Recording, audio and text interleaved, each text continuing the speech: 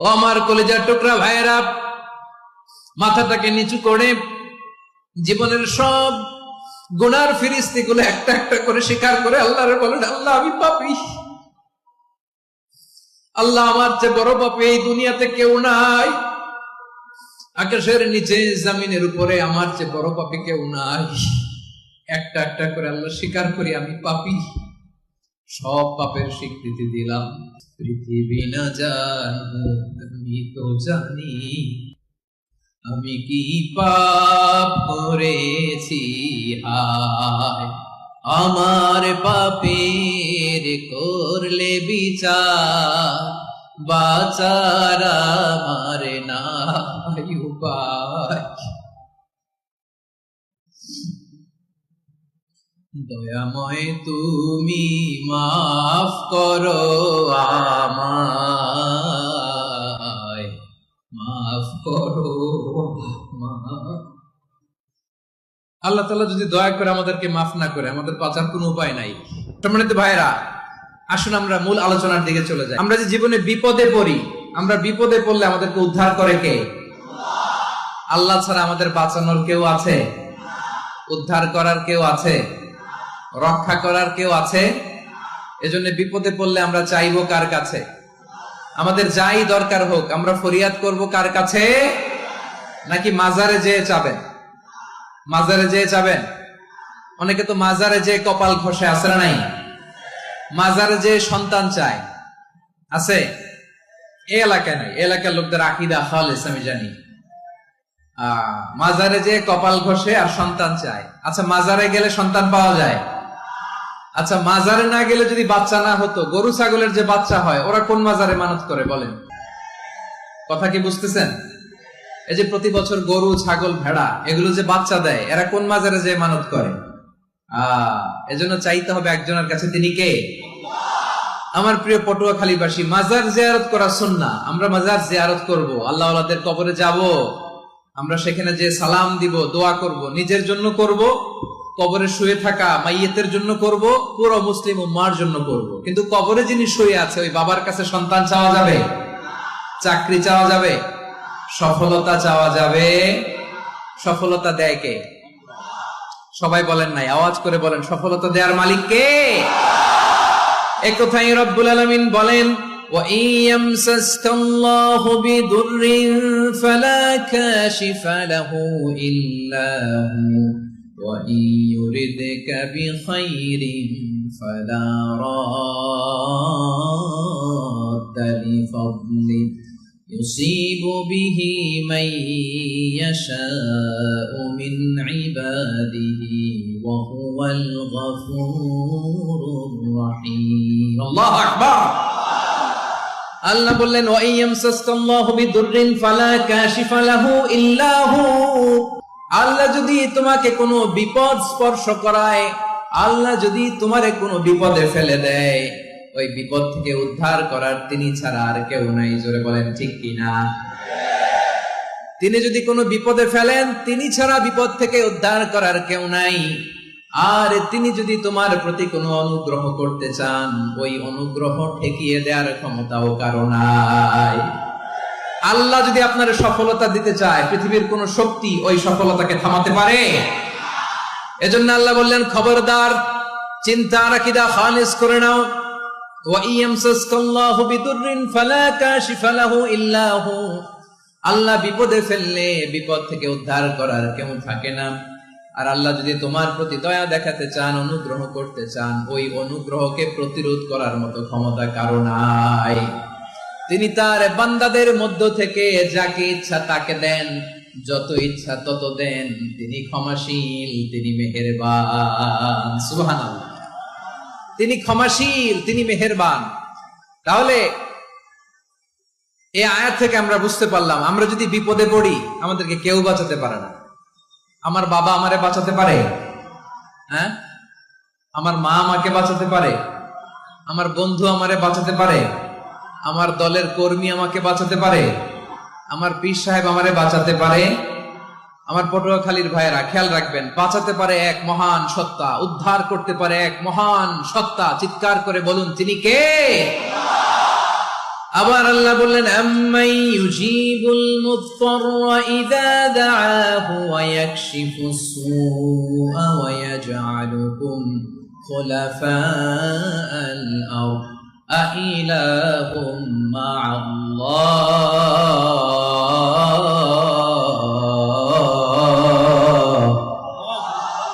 ক্বালিলাম মা তাযাক্কারুন। রব্বুল আলামিন বলেন, বিপদে পড়ে কাতর কণ্ঠে চিন্তাগ্রস্ত হয়ে যখন কেউ ফরিয়াদি হয়ে আল্লাহর ডাকে হাত তোলে, তখন এই ব্যক্তির ডাকে সাড়া দেয় কে? সবাই বলুন। বিপন্ন অবস্থায় আপনি যখন কেঁদে কেঁদে হাত তুলে আপনার দুঃখের কথা জানান, আপনি যখন ডাকেন তারে, তখন আপনার ডাকে সাড়া দেয় কে? আল্লাহ বলে, আমি সাড়া দেই। তোমাদের বিপদকে মুক্ত করে দেয় কে?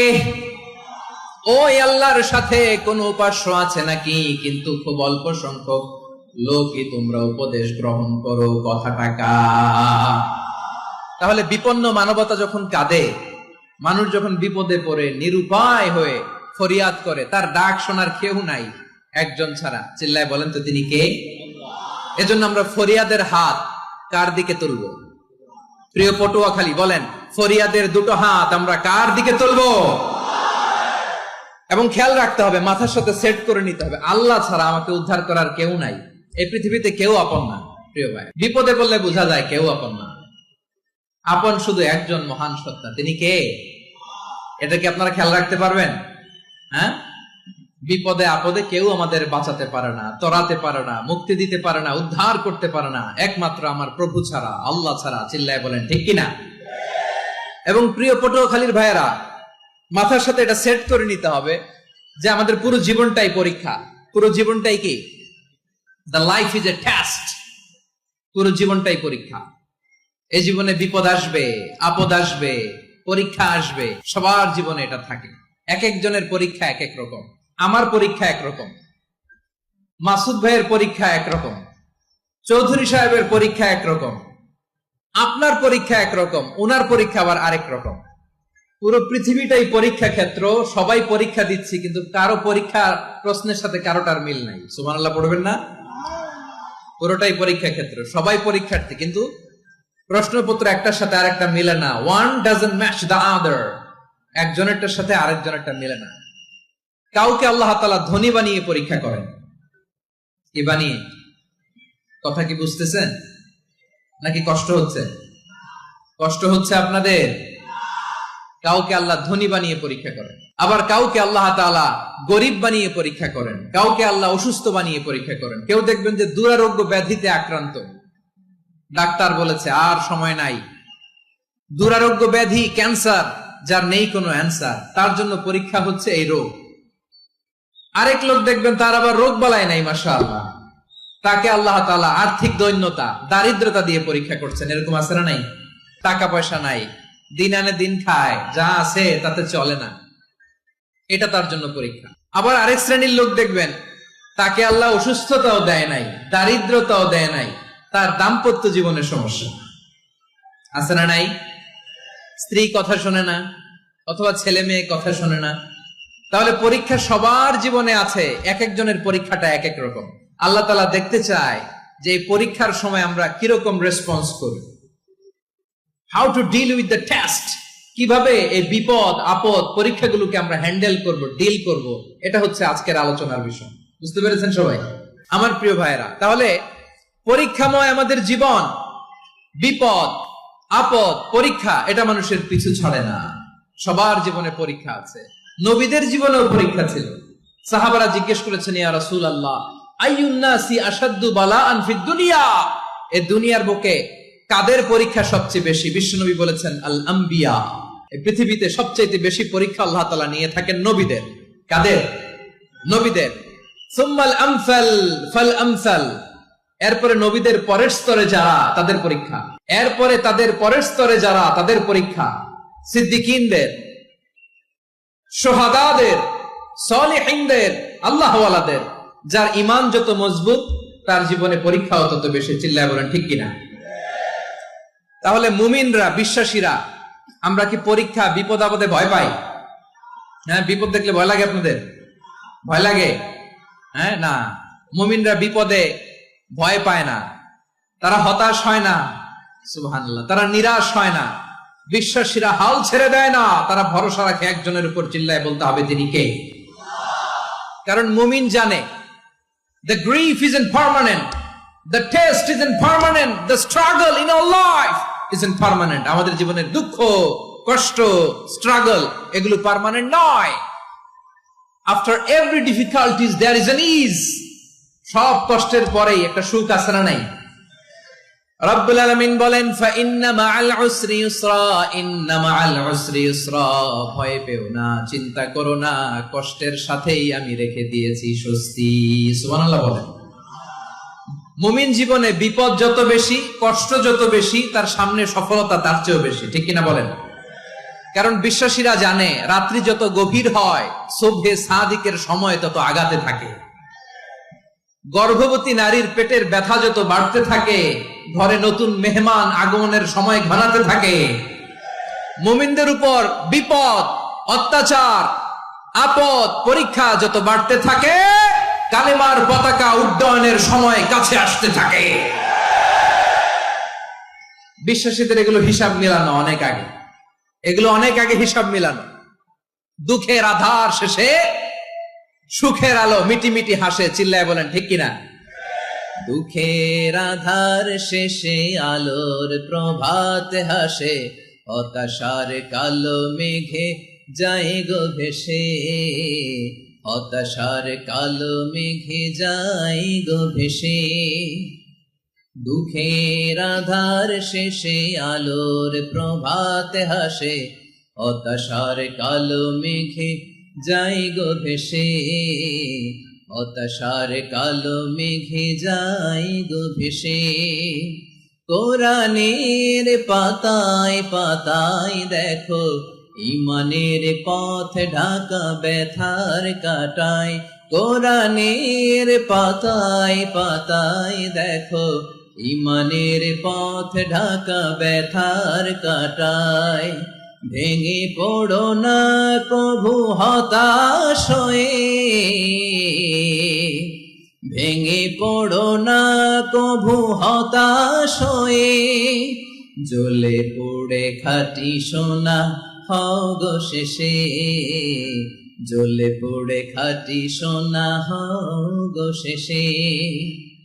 দুঃখের আধার শেষে আলোর প্রভাত হাসে, হতাশার কালো মেঘে যাই গো ভেসে, হতাশার কালো মেঘে যাই গো ভেসে। ঠিক কিনা বলেন? দুঃখ যত বেশি, পরীক্ষা যত বেশি, কষ্ট যত বেশি, সুখের সময় তত কাছাকাছি, চিল্লায় বলতে হবে ঠিক কিনা? এজন্য মুমিন জীবনে পরীক্ষা বেশি, মুমিনদের হতাশা নাই। মুমিনরা নিরাশ হয় না, হতাশ হয় কাফিররা। মুমিনরা কখনো হাল ছেড়ে দেয় না, মুমিনরা ভরসা রাখে একজনের উপর, তিনি কে? তাহলে আমার প্রিয় পটুয়াখালীবাসী, বিপদ থাকবে, পরীক্ষা থাকবে, এই বিপদ থেকে আমাদেরকে উদ্ধার করবেন একজন, তিনি কে? আমরা শুধু আল্লাহর উপরই ভরসা রাখবো। রাজি আছেন তো? চাইবো একজন সত্তার কাছে, আওয়াজ করে বলুন তিনি কে? একজন সত্তার কাছে চাইবে। বিশ্বনবী উনার চাচাতো ভাই আব্দুল্লাহ ইবনে আব্বাস রাদিয়াল্লাহু তাআলা আনহুকে বললেন, ইয়া আব্দুল্লাহ ইবনুল আব্বাস, হে আব্দুল্লাহ ইবনে আব্বাস, ইদা সাআলতা ফাসআলিল্লাহ, যখন চাইবে আল্লাহর কাছে যাও। ও আব্দুল্লাহ, যখন চাইবা আল্লাহর কাছে চাও। ওয়া ইদা ইসতাআনতা ফাসতাইন বিল্লাহ, যখন সাহায্য চাইবা আল্লাহর কাছে ফরিয়াদ করো। জেনে রেখো ও আব্দুল্লাহ, ওয়া'লাম আন্নাল উম্মাতা লাউ ইজতামাআত আলা আন ইয়ানফাউকা বিশাইইন লাম ইয়ানফাউকা ইল্লা বিশাইইন ক্বাদ কাতাবাহু আল্লাহু লাক। ও আব্দুল্লাহ, জেনে রেখো, মনে রেখো, গোটা বিশ্বের সবাই মিলে যদি তোমার উপকার করতে চায়, ততটুকুই তারা করতে পারবে যতটুকু আল্লাহ তোমার নসিবে সেটা লিখে রেখেছে। ঠিক কিনা বলেন? আর যদি গোটা বিশ্বের সবাই মিলে তোমার বিরুদ্ধে কনস্পাইরেসি করে, ষড়যন্ত্র করে, গোটা বিশ্বের সবাই মিলেও যদি তোমার ক্ষতি করতে চায়, ততটুকুই শুধু পারবে যেটা আল্লাহ তোমার জন্য বরাদ্দ রেখেছে। যতটুকু আল্লাহ তাআলা তোমার জন্য বরাদ্দ রেখেছে অতটুকুই ক্ষতি করতে পারবে, আর এক চুল বেশিও করতে পারবে না, কমও করতে পারবে না। চিল্লায় বলেন ঠিক কিনা? এজন্য আমরা চাইবো কার কাছে? সবাই বলেন নাই, আওয়াজ করে বলেন কার কাছে? সব সময় আমরা আল্লাহর কাছে চাইবো, বিপদে আপদে, সুখে দুঃখে, সচ্ছল অবস্থায় অসচ্ছল অবস্থায়, পরাজয়ের সময় বিজয়ের সময়, সব সময় আমরা ভরসা রাখবো কার উপর? সবাই বলুন। একদল লোক আছে যারা বিপদে পড়লে আল্লাহরে ডাকে, আছে না নাই? পটুয়াখালীতে মাশাআল্লাহ নাই। বিপদ আসলে আল্লাহরে ডাকে, বিপদ নাই আল্লাহ নাই। বিপদে পড়লে নামাজ পড়ে, বিপদও নাই নামাজও নাই। বিপদে পড়লে জিকির করে, বিপদ যখন চলে যায় ওদের জিকিরও বন্ধ হয়ে যায়। এরকম আছে না নাই? কিছু লোক দেখবেন পরীক্ষা আসলে নামাজ পড়ে, আছে আছে। জেনজি আওয়াজ করা, এরকম আছে? এই কমন পড়ে গেছে, কমন পড়ছে। দেখবেন পরীক্ষার সময় নামাজ পড়ে, পরীক্ষাও নাই নামাজও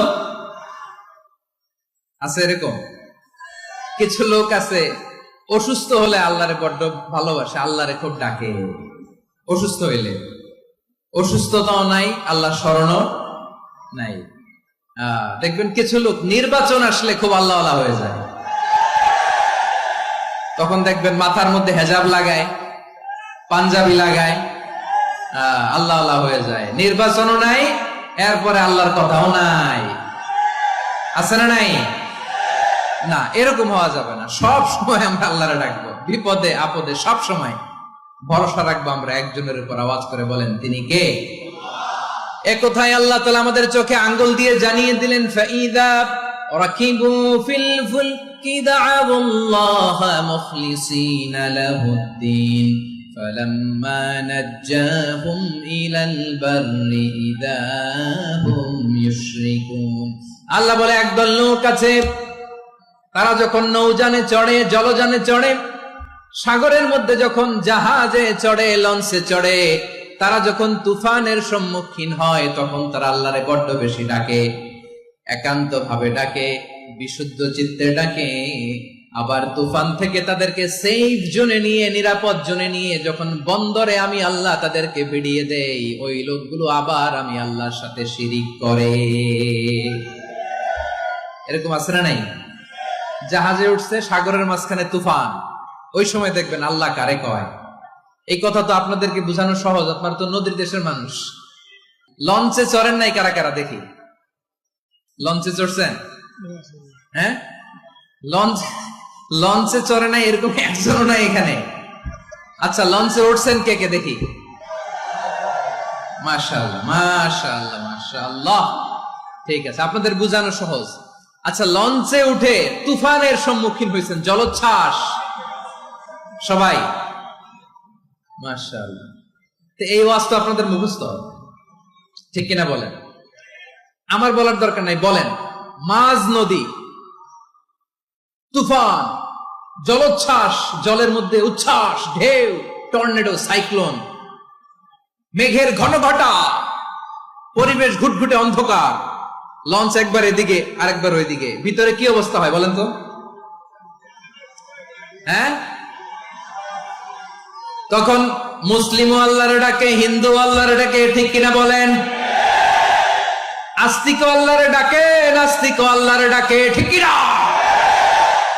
লঞ্চের ভেতর, স্টিমারের ভেতর কান্নারে রোল পড়ে যায়, চিৎকারের রোল পড়ে যায়, সবার মুখ দিয়ে শুধু একটা আওয়াজ, লা ইলাহা ইল্লাল্লাহ, লা ইলাহা লা ইলাহা সুবহানাল্লাহ আলহামদুলিল্লাহ লা ইলাহা।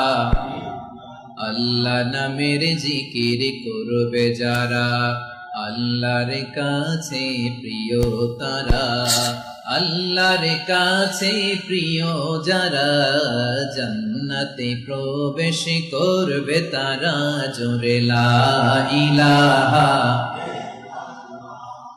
লা ইলাহা ইল্লাল্লাহ, লা ইলাহা ইল্লাল্লাহ মুহাম্মাদুর রাসূলুল্লাহ সাল্লাল্লাহু আলাইহি ওয়াসাল্লাম। আমার প্রিয় পটুয়াখালীবাসী, তাহলে লঞ্চের ভেতরে যখন আমরা তুফানের মধ্যে পড়ি, তখন সবাই মিলে আমরা একটা নামের জিকির করি। নামটা কার? মুসলমানেরাও ডাকে, হিন্দুরাও ডাকে, আস্তিকও ডাকে, নাস্তিকও ডাকে, সবাই ডাকে একজনকে। তিনি কে? আবার দেখবেন ওই আল্লাহ তুফানের পরে, ঝড়ের পরে ওই লঞ্চটাকে যখন সদর ঘাটে ফিরিয়ে দেয়, আবার আমরা নাফরমানি শুরু করে দেই। সে কোথায়? আল্লাহ বললেন, ফাইদা রাকিবু ফিল ফুলকি দা'আউল্লাহা মুখলিসিনা লাহুদ্দীন ফালাম্মা নাজ্জাহুম ইলাল বাররি ইযা হুম ইউশরিকুন। সাগরে যখন তুফানে পড়ে আমি আল্লাহর ডাকে, আবার আমি আল্লাহ যখন বাঁচিয়ে দেই, আবার আমি আল্লাহর সাথে শিরিক শুরু করে। আমরা কি এরকম হতে চাই নাকি? এরকম করবেন? হ্যাঁ না, আমরা তুফানে পড়লেও আল্লাহরে ডাকি, আবার বাঁচায় দেওয়ার পরেও ডাকি কারে? আল্লাহকেই ডাকি। বিমানের মধ্যে মাঝে মাঝে দেখবেন যে এয়ার টার্বুলেন্স হয়, জানেন? এয়ার টার্বুলেন্স জানেন তো?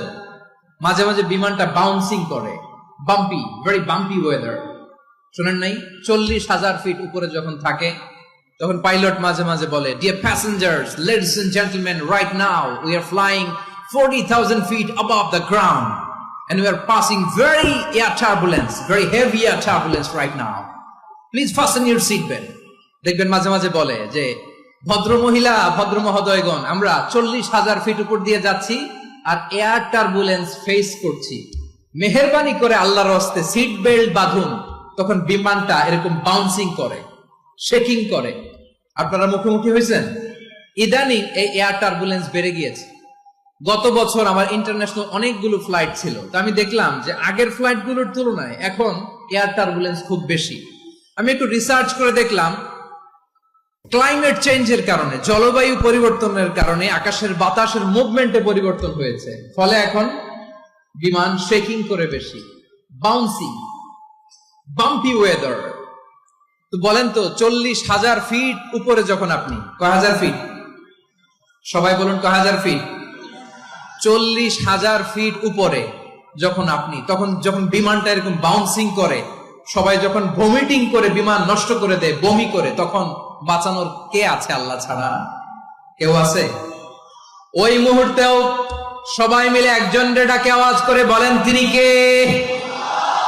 মাঝে মাঝে কিছু সোশ্যাল মিডিয়ায় কিছু ভিডিও পাওয়া যায় যে হেভি যখন এয়ার টার্বুলেন্স হয়, 10 সেকেন্ড 15 সেকেন্ডের কিছু ভিডিও পাওয়া যায়, বিমানটা এরকম বাউন্সিং করছে, বাম্পি ওয়েদার, কাঁপছে, মানুষগুলো বমি করছে, অক্সিজেন মাস্কগুলো সব ঝুলে পড়েছে, বিমানটা শুধু কাঁপছে। তখন দেখবেন বিমানের ভেতরেও এরকম লঞ্চের মতো চিৎকার আছে না নাই? বিমানের ভেতরেও তখন চিৎকার। গত বছর হিথ্রো এয়ারপোর্ট থেকে সিঙ্গাপুর এয়ারলাইন্সের একটা ফ্লাইট, হিথ্রো টু চাঙ্গি, একটা ফ্লাইটে এমন বেশি এয়ার টার্বুলেন্সের শিকার হয়েছিল ওই এয়ারক্রাফটটা, 33 জন যাত্রী সেখানে আহত হয়েছে, একজন যাত্রী নিহত হয়েছে। কেবিন ক্রুজ, এয়ার হোস্টেস যারা আছে, একজনের নাক ফেটে, চোখ ফেটে, কপাল ফেটে, ব্লিডিং হয়ে শয়লা।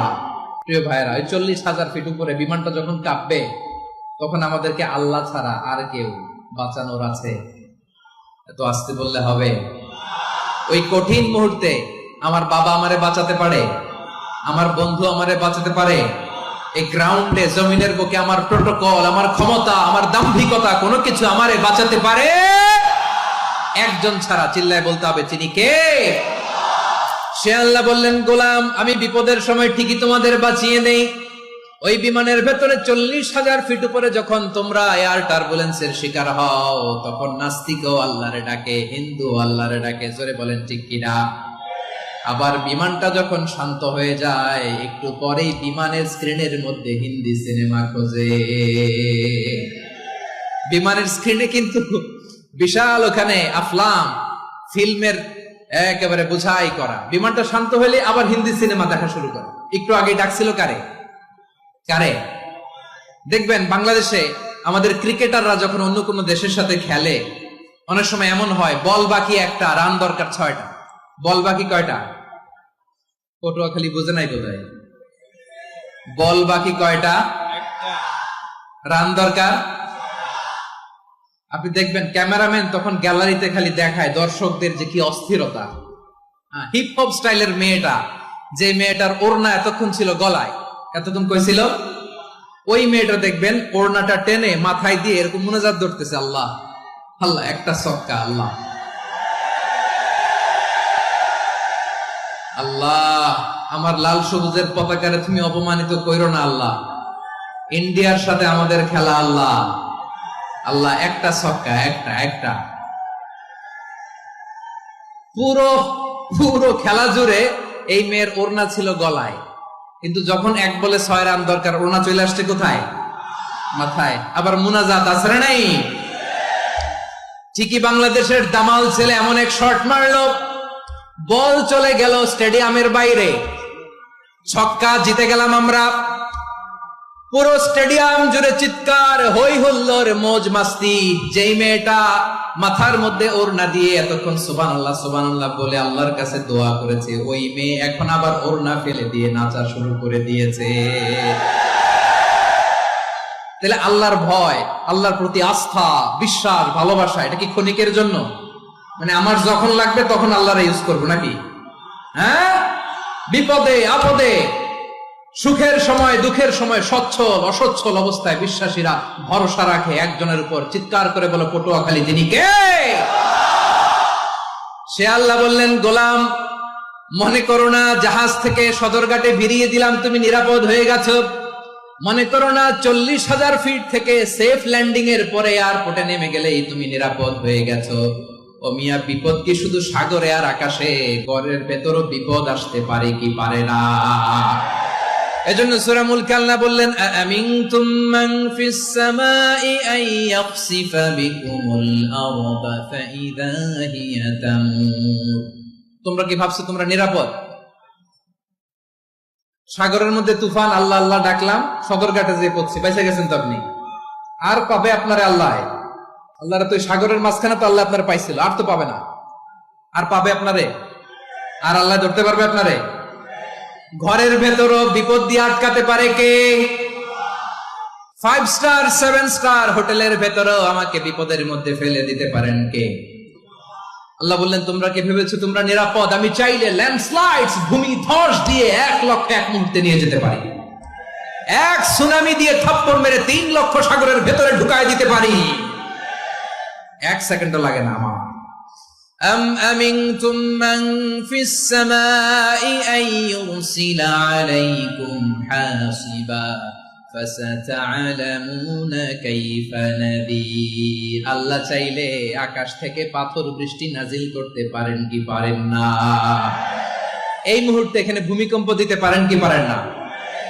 আচ্ছা, ভূমিকম্প যখন হয় আমাদের কারো হুঁশ থাকে? আপনি মনে করছেন আমরা সাধারণ মানুষ, আমরা দৌড় দেই, আর প্রেসিডেন্ট প্রধানমন্ত্রী ওনারা বুঝি খাটে শুয়ে থাকে? কথা বুঝে নাই বোধহয়। ভূমিকম্প, আর্থকোয়েক যদি হয়, বাঁচার জন্য আমরা কি করি? হয় খাটের তলায়, ডাইনিং টেবিলের নিচে, উপরে শক্ত কিছু আছে এটার নিচে, অথবা ঘর থুইয়া দেও দৌড়। তো প্রধানমন্ত্রী উনি কি করে? প্রেসিডেন্ট উনি কি করে? হ্যাঁ, উনি খাটের মধ্যে যে শুয়ে থাকে নাকি? উনিও দৌড়, সাধারণ মানুষও দৌড়, প্রধানমন্ত্রীও দৌড়, বাড়িওয়ালাও দৌড়, ভাড়াটিয়াও দৌড়, সবাই দৌড়। নাকি ভাড়াটিয়ারা বাড়ি থুইয়া দৌড়, বাড়িওয়ালারা আর বেরোয় না? এরকম না। তাহলে যে কোনো মুহূর্তে ভূমিকম্প দিয়ে নাস্তানাবুদ করতে পারে কে? আমার প্রিয় ভাইয়েরা, আমরা নিরাপদ নই, আমরা তার দয়ায় বেঁচে আছি। কার দয়ায়? এজন্য আল্লাহ বললেন, গোলাম যে কোনো মুহূর্তে বিপদ দিয়ে তোমাদেরকে নাস্তানাবুদ করতে পারি। বিশ্বাসী বলে যদি নিজেকে দাবি করো, সব সময় ডাকতে হবে একজন সত্তাকে। বলেন তিনি কে? এই কথা ক্লিয়ার? এই সবগুলো উদাহরণ শেষে সবার কাছে ক্লিয়ার হয়েছে না যে বিপদ থেকে, আপদ থেকে, পরীক্ষা থেকে, ক্যালামিটি থেকে আমাদেরকে কেউ বাঁচাতে পারে না একজন সত্তা ছাড়া। আবারও বলেন তো তিনি কে? ক্লিয়ার? হ্যাঁ, সবাই বুঝতে পারছেন? আচ্ছা, এবার আমরা দেখি বিষ্ণু ঈসা ইসলামের জীবনে বিপদ আপদ ছিল কিনা। উনি বিপদ আসলে কিভাবে ডিল করতেন, বিপদ আসলে কোন দোয়া পড়তে হয়, কিভাবে ফরিয়াদের হাত উত্তোলন করতে হয়, কিভাবে রবের দরবারে নতজানু হয়ে ফরিয়াদ করতে হয়, এটা জানার দরকার আছে না নাই? আসুন আমরা বিষ্ণু নবীর জীবনী থেকে দেখি বিপদ আসলে উনি কি করতেন। বিপদ আসলেই প্রথমে বিশ্বনবী সাল্লাল্লাহু আলাইহি ওয়াসাল্লাম একটা দোয়া পড়তেন।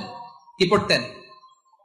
তিনি পড়তেন ইন্না লিল্লাহি ওয়া ইন্না ইলাইহি রাজিউন। নিশ্চয় আমরা আল্লাহর জন্য, নিশ্চয় আমরা কার দিকে ফিরবো ভাই?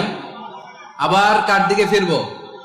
আওয়াজ করে বলুন তো, আমরা এসেছি কার কাছ থেকে, আবারও ফিরে যাব কার কাছে?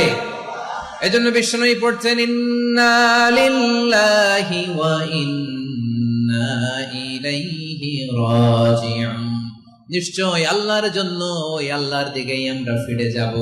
তারপরে বিশ্বনবী পড়তেন আল্লাহুম্মা আজুরনি ফি মুসিবাতি ওয়াখলুফ লি খায়রাম মিনহা। একসাথে প্রথমে পড়তেন ইন্না লিল্লাহি ওয়া ইন্না ইলাইহি রাজিউন, তারপর পড়তেন আল্লাহুম্মা আজুরনি ফি মুসিবাতি ওয়াখলুফ লি খায়রাম মিনহা। মানে আল্লাহ, এই যে আমি বিপদে ধৈর্য ধারণ করলাম, এটার সব তুমি আমারে দাও, আর যেটা হারালাম এর চেয়ে ভালো কিছু দিয়ে মেকআপ করে দিও, ভালো কিছু দিয়ে বদল করে দিও। সুবহানাল্লাহ পড়েন। তাহলে বিপদ আসলে আমরা কি পড়ব? কথা বলেন। এই যে আমি শুয়েছিলাম, নাশিদ গাচ্ছিল ওরা, এদেশে পরস্পরে দেখা হলে দেয় সালাম, এদেশে আমজনতার হৃদয় জুড়ে পাক কালাম, এদেশে বিপদ এলে সর্বজনে সর্বক্ষণে দোয়া পড়ে ইন্না লিল্লাহ। কি পড়ে? সুবহানাল্লাহ সুবহানাল্লাহ সুবহানাল্লাহ সুবহানাল্লাহ। এদেশে আজান শুনে সূর্য ওঠে শহর গ্রামে, এদেশে আজান শুনে সূর্য ডুবে সন্ধ্যা নামে, এদেশে সকল কাজে সবাই বলে বিসমিল্লাহ, এদেশে ভালো কিছু দেখে শুনে হাসি মুখে সবাই বলে মাশাআল্লাহ। সুবহানাল্লাহ পড়ে। তাহলে বিপদ এলে আমরা কি পড়ি? কথা বুঝলে সবাই উত্তর দিতে হবে, বিপদ এলে কি পড়ি? তাহলে বিপদ এলেই আমরা এখন থেকে ইন্না লিল্লাহ পড়বো, নাকি হাই হুতাশ করবেন? একদল আছে হাই হুতাশ করে, হায় আল্লাহ রে মোর কি হইল রে, মুই কি হরমু রে, মুই কমবে যামু রে, আছে না নাই? এরকম বিলাপ করতে নিষেধ করেছেন বিশ্বনবী। কি করব, কই যাব, কি হবে, হায় হায়, এরকম হাহুতাশ আছে না নাই? বিশ্বাসীরা হাহুতাশ করে না, তারা ইন্না লিল্লাহ পড়ে। কি পড়ে মনে থাকবে? আমরা পড়বো ইন্না লিল্লাহি ওয়া ইন্না ইলাইহি রাজিউন। নিশ্চয়ই আমরা আল্লাহর জন্য, আমরা আল্লাহর দিকেই ফিরে যাব। এরপর পড়বো আল্লাহুম্মা আজুরনি ফি মুসিবাতি ওয়াখলুফ লি খায়রাম মিনহা। আল্লাহ, আমি যে বিপদে ধৈর্য ধারণ করলাম এটার সওয়াব দিও, আর যা হারালাম তার চেয়ে ভালো কিছু দিয়ে বদল করে দিও। সুবহানাল্লাহ পড়েন। বিশ্বনবীর হাদিস শুনলেন উম্মে সালামা রাদিয়াল্লাহু তাআলা আনহা। ওনার স্বামী হলো আবু সালামা। মজার ঘটনা খেয়াল করে শুনেন আমার প্রিয় কলিজার টুকরা ভাইয়েরা। কানগুলো খরগোশের কানের মতো খাড়া করে আমার দিকে তাকান। সাইয়্যিদাতুনা উম্মে সালামা রাদিয়াল্লাহু তাআলা আনহা, ওনার স্বামীর নাম আবু সালামা। শ্রেষ্ঠ দম্পতি, শ্রেষ্ঠ ফ্যামিলি। প্রথমে হিজরত করেছিলেন হাবাসায়, পরে হিজরত করেছেন মদিনায়। উহুদ যুদ্ধের পরে ওনার স্বামী আবু সালামা ইন্তেকাল করলো, শহীদ হলো। সুবহানাল্লাহ পড়েন। যখন আবু সালামা ইন্তেকাল করলো, উম্মে সালামা রাদিয়াল্লাহু তাআলা আনহা কেঁদে কেঁদে হয়রান। আর নবীর শিখানো বাণী অনুযায়ী তিনি বারবার পড়ছিলেন ইন্না লিল্লাহ। কি পড়ছিলেন? জামু কি হরমু এগুলো বলে নাই, কি বলছে? ইন্না লিল্লাহ। যেহেতু বিশ্বনবী বলেছেন কেউ যদি বিপদের প্রথম ধাক্কায় পড়ে ইন্না লিল্লাহি ওয়া ইন্না ইলাইহি রাজিউন, আল্লাহুম্মা আজুরনি ফি মুসিবাতি ওয়াখলুফ লি খায়রাম মিনহা, তাহলে এই বিপদে যে সে যা হারালো তার চেয়ে শ্রেষ্ঠ কিছু দিয়ে আল্লাহ তার বদল দিয়ে দিবে। এই হাদিস শুনে উম্মে সালামা রাদিয়াল্লাহু তাআলা আনহা ওনার প্রাণ প্রিয় স্বামী আবু সালামার ইন্তেকালের পরে চোখের পানি ছাড়ে আর পড়ে ইন্না লিল্লাহি ওয়া ইন্না ইলাইহি রাজিউন, আল্লাহুম্মা আজুরনি ফি মুসিবাতি ওয়াখলুফ লি খায়রাম মিনহা। বারবার এই দোয়া পড়ে চোখের পানি ছাড়ে, এই দোয়া পড়ে চোখের পানি ছাড়ে, আর মনে মনে বলে আবু সালামার মতো ভালো মানুষ মদিনাতে নাই, আবু সালামার চেয়েও ভালো মানুষ মদিনাতে নাই, তার চেয়ে ভালো মানুষ কি করে আল্লাহ তাআলা আমারে দিবে, তার চেয়ে ভালো মানুষ তো আমি মদিনাতে দেখি না। চোখের পানি দিয়ে বুক ভাসায় আর নবীর হাদিসের উপর আমল করে পড়ে ইন্না লিল্লাহি ওয়া ইন্না ইলাইহি রাজিউন, ইন্না লিল্লাহি ওয়া ইন্না ইলাইহি রাজিউন।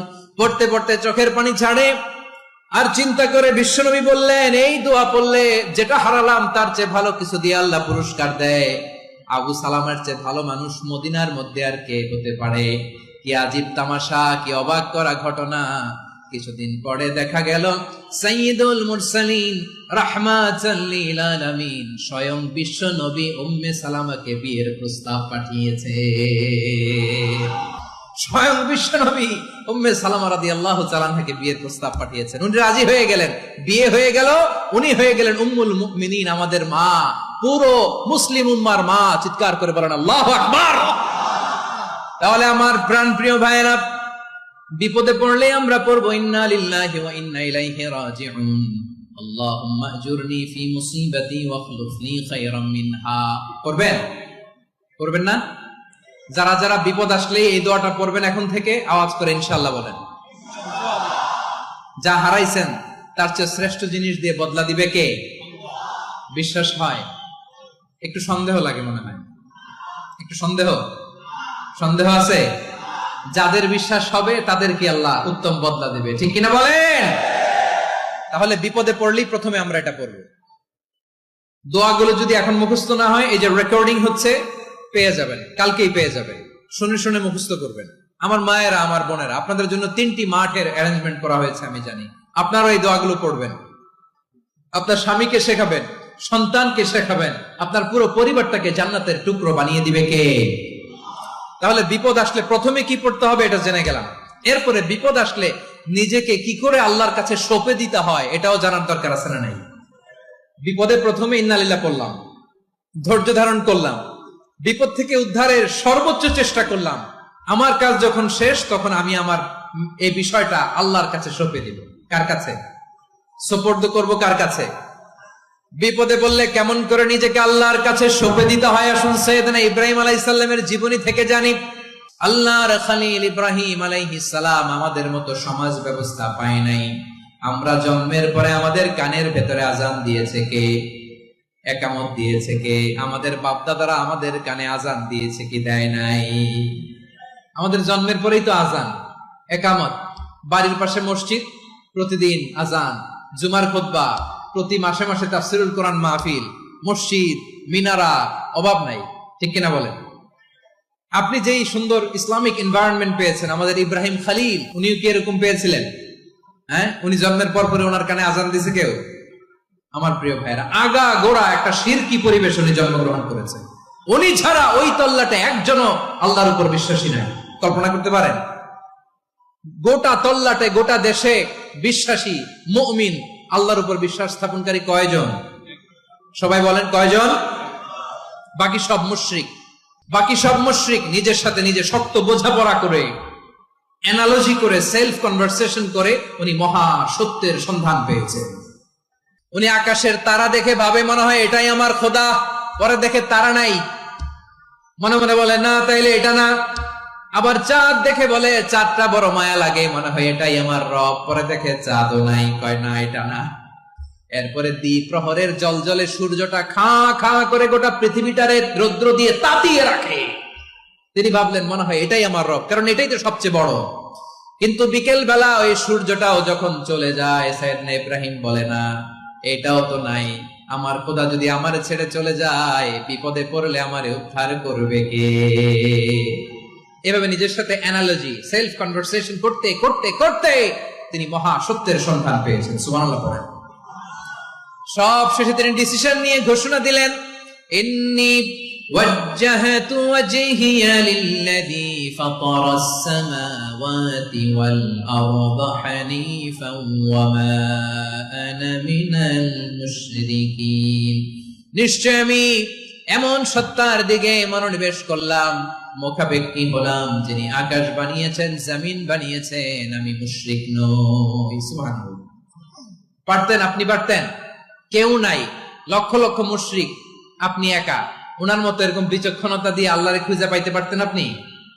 কি নবী ছিল, আল্লাহকে খুঁজে পেয়েছে। যখন আল্লাহর ইবাদত শুরু করলো, এই কথা ছড়ায় পড়লো চারদিকে। নমরুদ সাইয়েদনা ইব্রাহিমকে ডেকে পাঠালেন।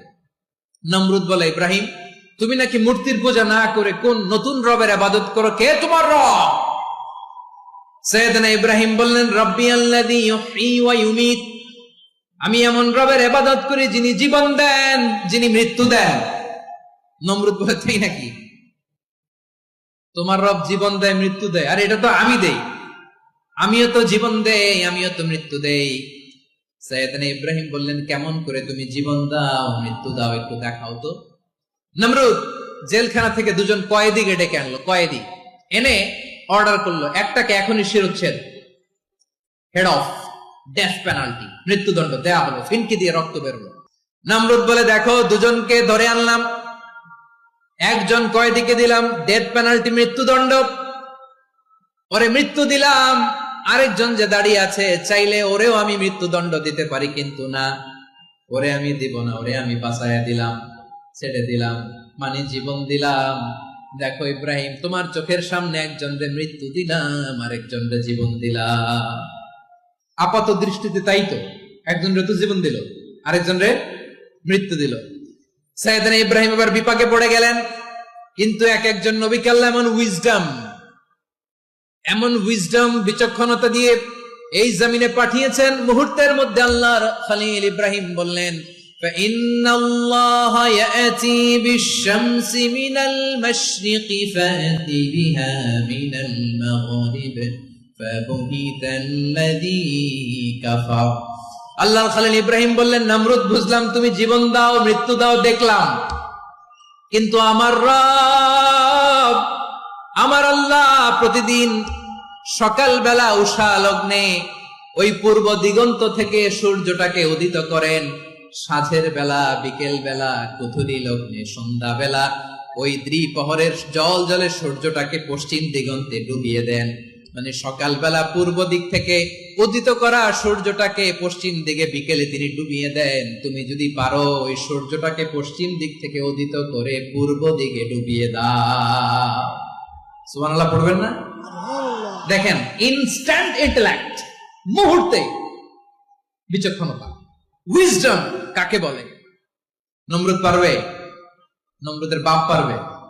ওর দাদা, ওর 14 গোষ্ঠী, গোটা বিশ্বের সব ক্ষমতাধর রাষ্ট্রনায়করা একসাথে হলে পারবে? ফাবুহিতাল্লাযী কাফার পারে নাই, ব্যর্থ হয়েছে। এবার তেলে বেগুনে জ্বলে উঠেছে, রেগে মেগে আগুন বলে, ফালকুহু ফিল জাহিম। ওর সাথে তর্ক নাই, না পেরে এবার এটারে আগুনে ফেলা। বিশাল বিশাল গাছ কেটে লাকড়ি এনে আগুনের কুণ্ডলি বানানো হলো, দাও দাও দাও দাও করে আগুন জ্বলে। আল্লাহর খলিল ইব্রাহিমকে আগুনে নিক্ষেপ করা হবে। আল্লাহর খলিল সাইয়েদনা ইব্রাহিমের হাতের মধ্যে রশি দিয়ে টাইট করে বাঁধা হলো, পায়ের মধ্যেও টাইট করে রশি দিয়ে বাঁধা হলো। আল্লাহর খলিল ইব্রাহিমকে আগুনের কুণ্ডলির মধ্যে ফেলা হবে। ওমিয়া, আপনি যে বিপদের কারণে ভয় পান, হতাশ হন, এটা কোনো বিপদ ওনার বিপদের সামনে? হাত পা বেঁধে টাইট করে নিক্ষেপ করা হবে, সিম্পলি ফেলা যাবে না, কারণ দাও দাও করে দ্য ব্লেজিং ফায়ার, এমন আগুনের কুণ্ডলি, কাছে যাওয়া যায় না, আগুনের উত্তাপে নিক্ষেপ করা হবে। হাতে রশি বেঁধে, পায়ে রশি বেঁধে আল্লাহর খলিল ইব্রাহিম আলাইহিস সালামকে আগুনের মধ্যে নিক্ষেপ করা হবে। আহা, এটার বলে অগ্নি পরীক্ষা। উনি অগ্নি পরীক্ষার সম্মুখীন হয়েছিলেন, এজন্য কঠিন পরীক্ষাকে আমরা অগ্নি পরীক্ষার সাথে তুলনা করি, ঠিক কিনা? সাইয়েদনা জিবরাইল এসে বললেন, ও আল্লাহর খলিল, ওরা তো আপনার হাতও বেঁধে ফেললো, পাও বেঁধে ফেললো, নড়াচড়ার সুযোগ নাই, বলেন আমি জিবরিল ফেরেশতা আপনার জন্য কি করতে পারি? আল্লাহর খলিল ইব্রাহিম বলেন, ও জিবরাইল, তোমার কাছে আমার কোনো চাওয়া পাওয়া নাই। সুবহানাল্লাহ বলেন। তোমার কাছে বলার কিছু নাই, তোমার সাহায্যের আমার দরকার নাই। সাইয়েদনা ইব্রাহিম আলাইহিস সালামকে হাতে পায়ে রশি বেঁধে, হাত পা বাঁধা অবস্থায় জ্বলন্ত অগ্নিকুণ্ডে যখন নমরুদের দলবল নিক্ষেপ করবে, আল্লাহর খলিল কিভাবে নিজেকে আল্লাহর কাছে সঁপে দিয়েছেন, পটুয়াখালীর